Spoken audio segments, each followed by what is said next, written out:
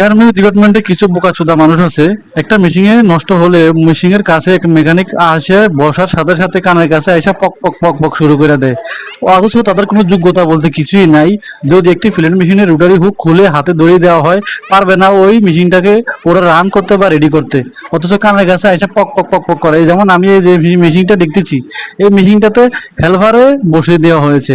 অথচ helper garments সম্বন্ধে কিছু জানে না, ওখানে বসিয়ে দেওয়া হয়েছে। ও কি করছে, ববিনকে ছাড়া মেশিন চালাইছে, রান করেছে। এখন মেশিনে জাম বেজে অলরেডি ইরো মেরেছে, মেশিন আর রান হচ্ছে না। এখন আমি এসে দেখলাম যে এই অবস্থা। এখন আমি এসে দেখতেছি যেহেতু মেশিনটাকে অবশ্যই আমার পর্যালোচনা করতে হবে কোথায় প্রবলেমটা হয়েছে।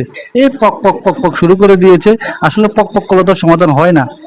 এই যে এদেরকে কিভাবে বোঝাবো আসলে ভাই, কিভাবে বোঝাবো বলেন তো একটু।